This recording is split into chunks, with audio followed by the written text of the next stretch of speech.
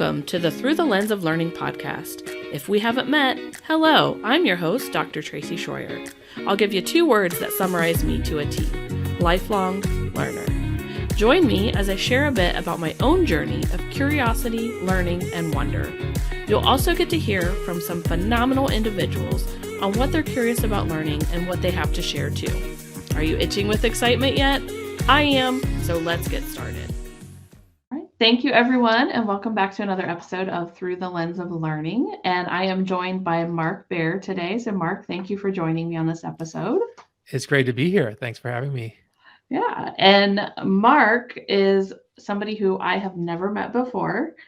So a lot of my podcast guests, up until probably the last season or so, I knew quite a few of them, like through social media or different things like that. But Mark, you were introduced and highly recommended to me by Stella Bowen, who is one of my former students. So I appreciate you taking the opportunity to spend a little bit of time with us today on this episode. Yeah, no, I'm glad to do it. I'm glad we were able to connect. Yes. So Mark, one of the first things that I do with my guests is I ask how you define learning. So would you share? Yeah, that's a great question. I think it really starts with like internal motivation and curiosity to want to go out there and want to discover new things. And then I think an ingredient is passion, as well. And then as you're out there sort of encountering new information, and I think that's also another key, is like things that you are not aware of, had not been aware of previously, that are new to you. Then just, to one degree or another, kind of, delving into them. And, maybe the learnings or the information you get, and it can be in all sorts of different senses, like, I hate that ice cream flavor I just learned that I tried. Or it could be like more traditional, information. I tend to read almost exclusively nonfiction when I read, which is not a great thing that I'm proud of, but it's because I feel like I don't have a lot of time and I want to learn something new I can apply. So that's like the last thing, is like I'm always looking for things that are new that I can apply to my life, although I don't think that is the case for everyone. That it has to be something applicable, or sometimes you're not even aware that you're applying something or thinking in a way that's different as a result of something that you've learned. Right. Thank you. Yeah, you hit on some of my big words: curiosity, passion, motivation. I love it. Love it. Yeah. So, Mark, one of the things that we do on the podcast episodes is I talk more about your learning journey, and people have numerous different learning journeys in their life. So interested in what you want to focus on for our episode today. Yeah, I just feel really fortunate because I feel like I've had different learning journeys. Some have been parallel and some have been in different dimensions. So, I had a pretty traditional learning journey when it came to academics. I went to high school, I went to college, I went to grad school, which not everyone does, but it's not unusual for people to do that. And then your learning journey, so that whole learning journey. When I was in college, I had always taken French as the language going back to, I think it was 7th grade. So when I went to college, I decided I wanted to study abroad in Paris. And that launched a whole other learning journey, which in some ways you feel like you're back to where you started when you were little, almost, as far as the language goes. And I found it so fascinating. Like it was almost like an experiment I was doing on myself, how that progressed, from going over there. I'd never traveled. I had never outside of US except for Canada, which many people don't count because it's similar, but it's not exactly the same as our country, but very, when you compare it to like a French speaking country, compared to Paris pre-internet. So there was very little English over there. So the learning journey was the language at first. And it was, in your head, you're translating, you're trying to keep up. Then you're translating and you're back translating. And then you realize that's impossible. You can't do that. And then you can't, not only do you have not like have the firepower to do that, but you garble everything, so many things. And I have so many funny stories about saying things that were just a direct translation, which I learned in an embarrassing fashion. Don't translate directly. And then for me, it was like this journey was then gradually things happen in the real world, like you want to order bread or you bump into someone by accident and you just say the word in the other language because you're now associating it with something in the physical world. You've disintermediated English completely. And then those little expressions, at least for me, got longer and longer and longer until there's no English anymore, just evaporated, and you're just responding in that language. And I just last thing I'll say on that for me was like the pinnacle of that learning journey was at the end of my time there. I was living with a brother and a sister who were French for like 6 months, and I knew their friends and everything and hung out with them all the time. We were always speaking in French, and so we were out once, and there was a group of us, and someone in the group said something. And I responded with the exact same expression at the exact same moment as my French roommate, who's a native speaker. And I was like, okay, that's it. I got what he said. I processed it in the same way. I reacted in the same way. So there was no English. So I was like, okay, that was great. I feel like I'm fluent in French. So that was a wonderful learning journey. And I think that we can, and I decided I was going to learn, more recently decided I was going to learn how to play guitar.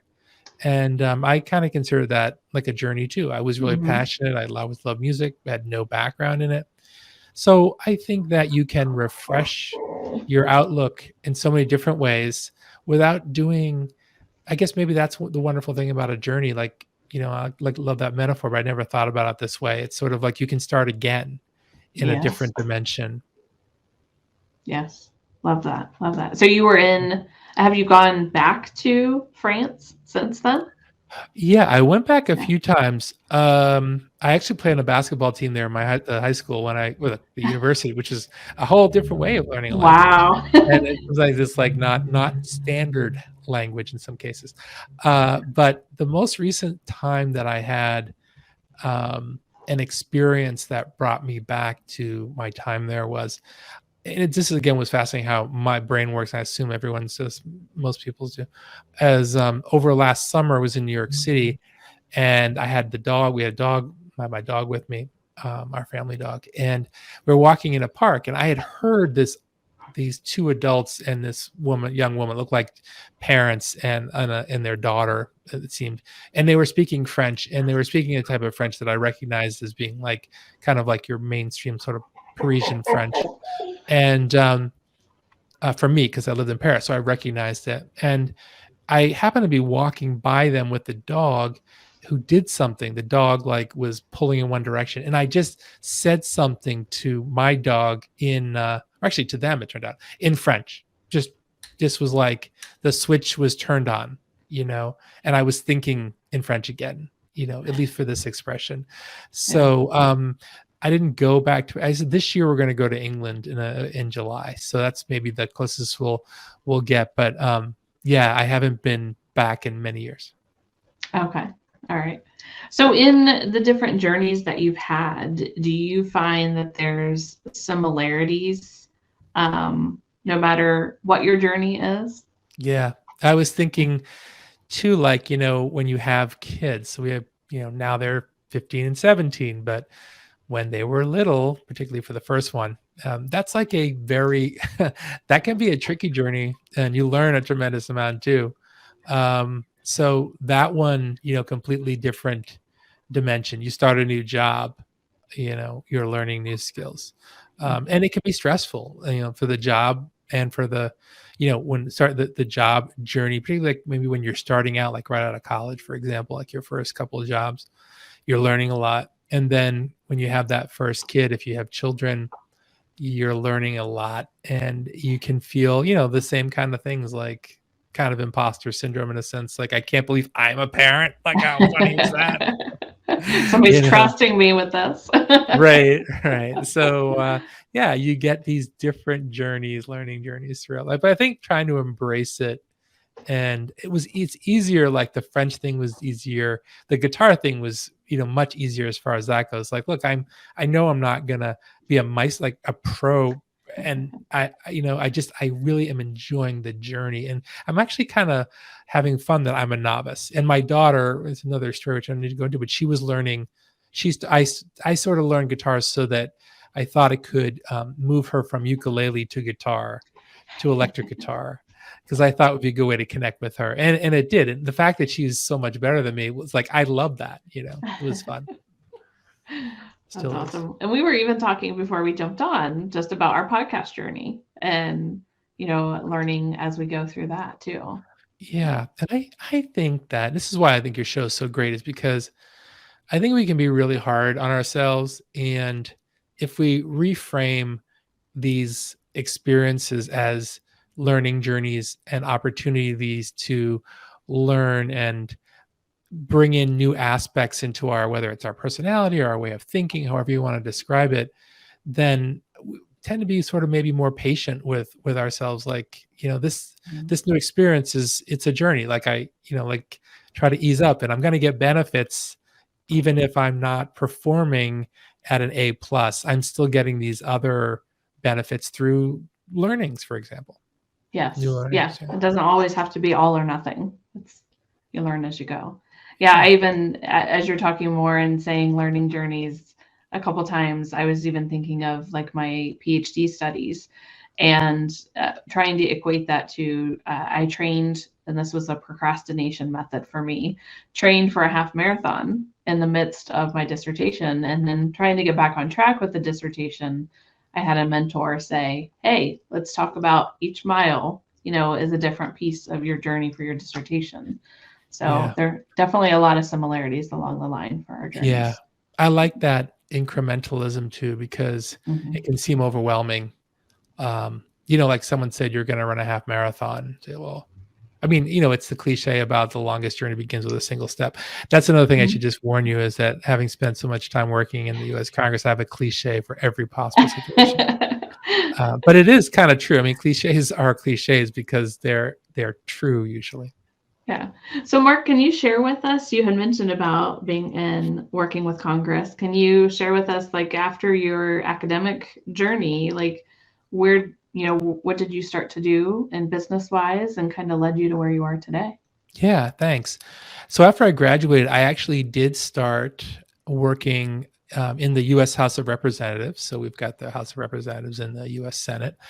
And I did that and that was a steep learning curve, because there's just, the speed and the volume of things coming at you is unlike, I'd say, most places. And I did that for about 4 years and really enjoyed it. Then I left and I went to graduate school at Harvard's Kennedy School of Government.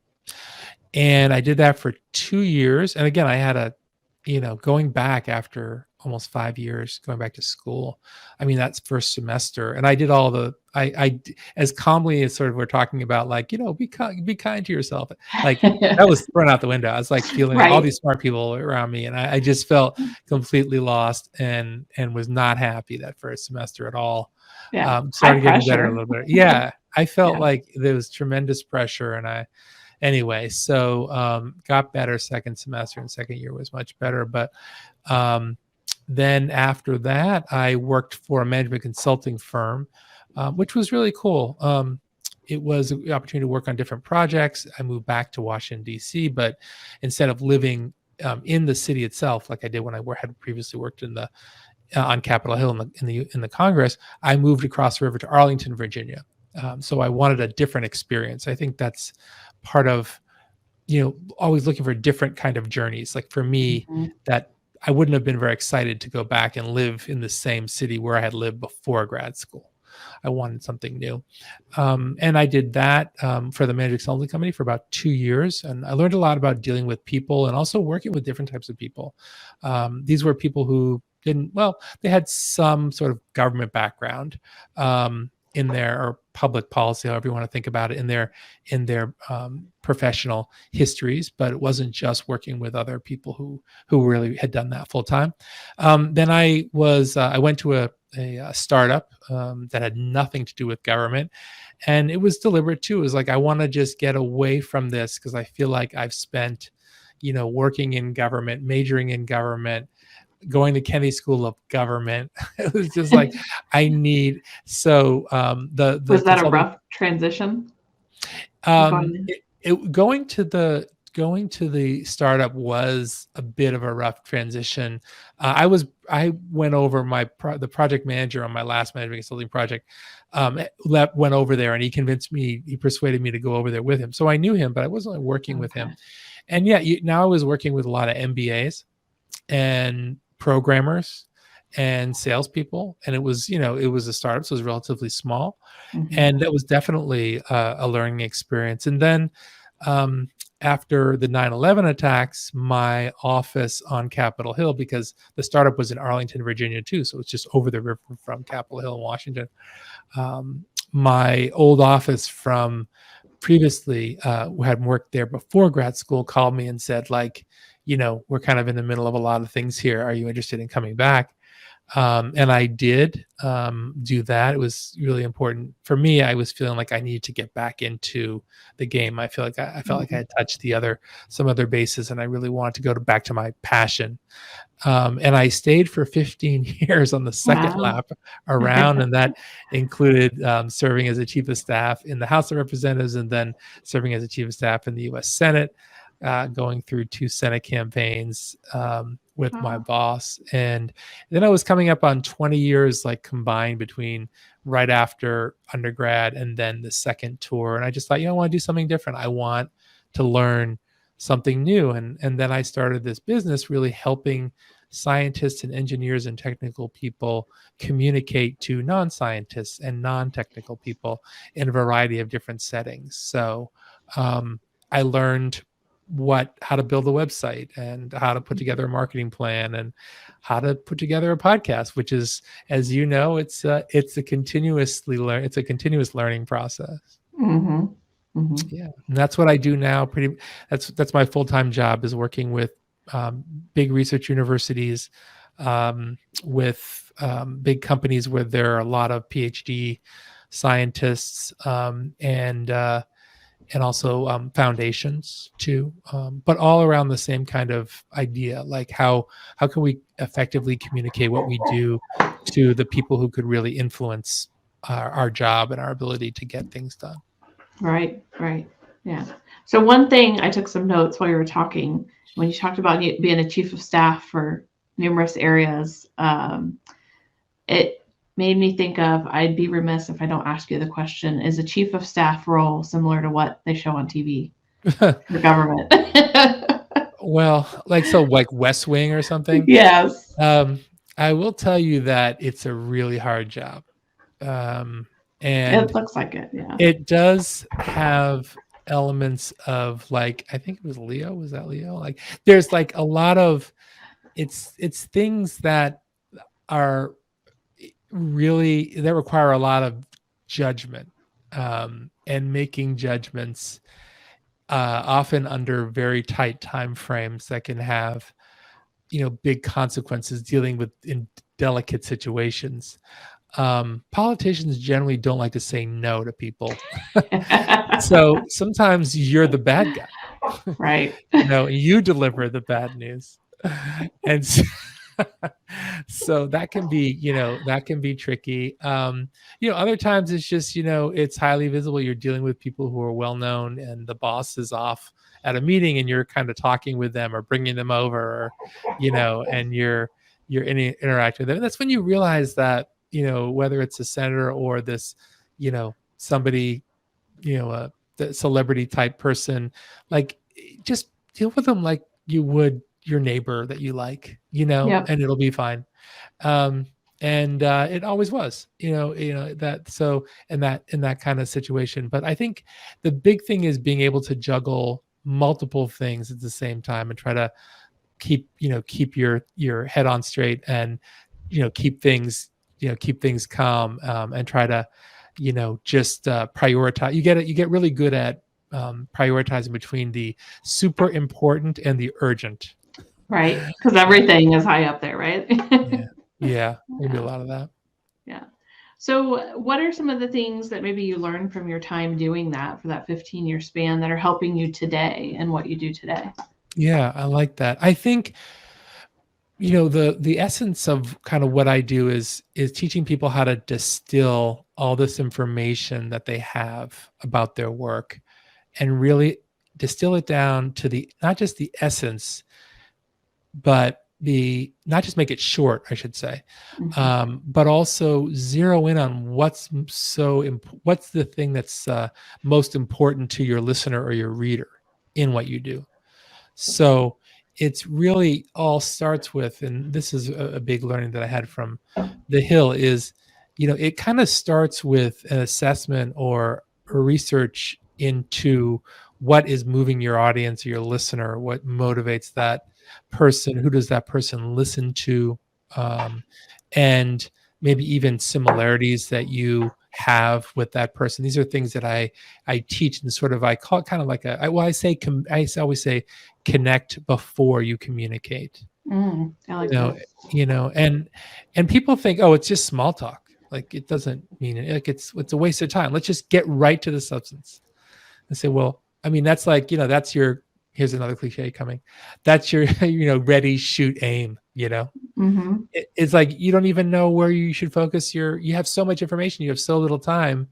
You can't, you really want to be intentional about this and say, okay, great. And say, well, how do I become intentional about it? And these are some of the elements to look for, uh, it's it's not know your audience. I hate that. My Mm-hmm. newsletter I actually just put out, last week's edition was, know your audience is a useless cliche. Here's what you should do instead to make your presentations come alive, Oh, I like that. Yeah. yeah. Yeah. So Yeah, and I wonder, because you had said connect before you communicate. I wonder how much of that even comes from you were talking about your journey of being able to study abroad in Paris.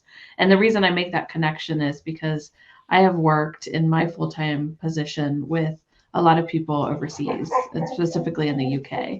And one of the things that they've taught me a lot is not to rush right into, here's what we need to work on. It's how are you doing? How's the weather? Get to know them about their kids and, what do they like to do and things like that. So it's kind of slowed me down and helped me to build those relationships a lot more. And yeah. that makes me think of what you're talking about, connecting before you communicate. Yeah, for sure. You have to open the channel of communication first. And that's where this connect before you communicate comes from. Why should I listen to you? I Mm-hmm. mean, people generally, there are so many different dynamics. This is where sort of politics from a small p, attitude, like influence, and how do you, how you, how do people decide whether to listen to you or not, even if they're physically in front of you? And it's all of these things that you do to really be relatable, and it Mm-hmm. has to be authentic and honest. I always say that to people. It just revolves around, what do I say? There's so many things I could say, Mm-hmm. things that I normally would say, but you start to think, oh, you learn guitar. Oh, I just, started learning guitar too, and this is what I'm struggling with, and it humanizes you, right? Yes. And that can particularly be important. My old boss was really good at this too, is that, if you want to have a communication with someone else, like, you don't want this like hierarchy going on. That just divides people, because you're distancing yourself from that person. Or maybe the because of your roles, you are in fact distant because you have authority over this person. And that's a very different, and I would say kind of counterproductive communication dynamic, because it almost seems like you're dictating to me or you're telling me what to do, and people naturally resist that. Right. So the way I kind of deal with it is just think about, I say, think humanity before hierarchy, because Oh, I like find that. out these things Yeah. that, like you were talking about, like relate on a human basis, and it changes the whole ball game. Mm-hmm. Just saying that in the research that I had done for my dissertation, it was looking at downsizing managers. And one of the new themes that I was able to identify is that the individuals that I talked to that had to go through that downsizing, they were treating their employees as human beings. They were being very humane about how they were having to go about the layoffs. And that makes a world of difference, to people when you can, treat them with respect and even despite something difficult that they have to go through. Yeah, yeah. And even little things can be have taken on outsized importance in that area. You might not think it's like a big deal, but where do you tell the person this news? Like, is Yeah. a person going to like have to come into your office and, you're behind your desk with your hands folded and they're like, sitting in this chair Right. or, so I just love that kind of stuff. I'm just fascinated by it. Yes. Yeah, definitely. So, Mark, we don't have a ton of time on the episode. I would love to be able to connect more and maybe even have you on a future episode. You've done a lot of fascinating work. It sounds like you've had a lot of amazing learning journeys and you still have a long way to go from what you're doing, it sounds like. But Mark, if there are people who are listening that want to connect or follow you, they want to get on your newsletter, which I definitely want to do, how would we go about doing this?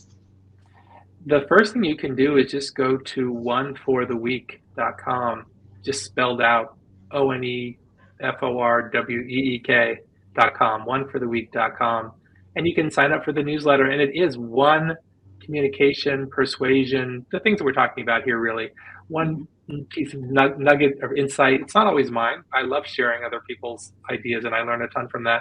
And you get it on Sundays. And it's just one thing that maybe you can apply or learn.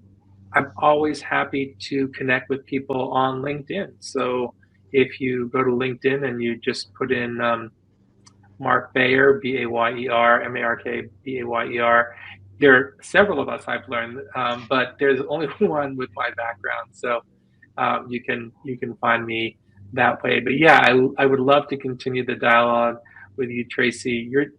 What you do is really, really interesting to me and motivational. So thanks for having me on, and also for giving people the forum through your podcast. Yeah, thank you again, Mark. And thank you for everyone listening. And we'll hope you catch us on the next episode. This podcast is brought to you by Tracy Schroyer, PhD, LLC. Learn more about what Dr. Tracy offers at www.tracyshroyerphd.com. While you're there, sign up for the free 5 Steps to Build a Solid Professional Development Plan. Don't forget to subscribe and like the Through the Lens of Learning podcast here too. Thanks again for listening and have a great day.